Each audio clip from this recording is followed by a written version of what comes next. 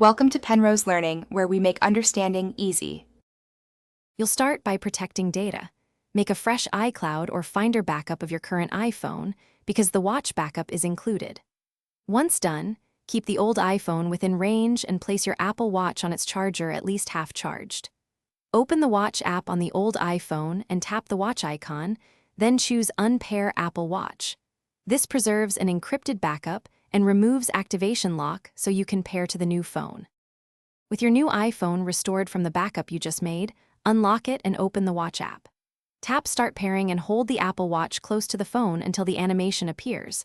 Align the viewfinder if prompted. When asked, choose Restore from Backup and pick the latest watch backup so Settings, Apps, and Health Data transfer. Make sure Wi-Fi and Bluetooth remain enabled.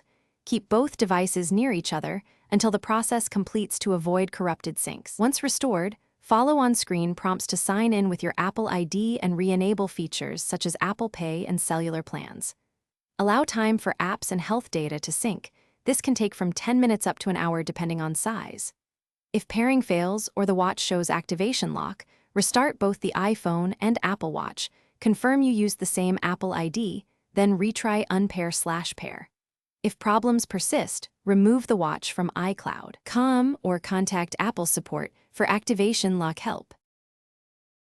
Thanks for watching. If this was helpful, leave a like and consider subscribing. See you next time.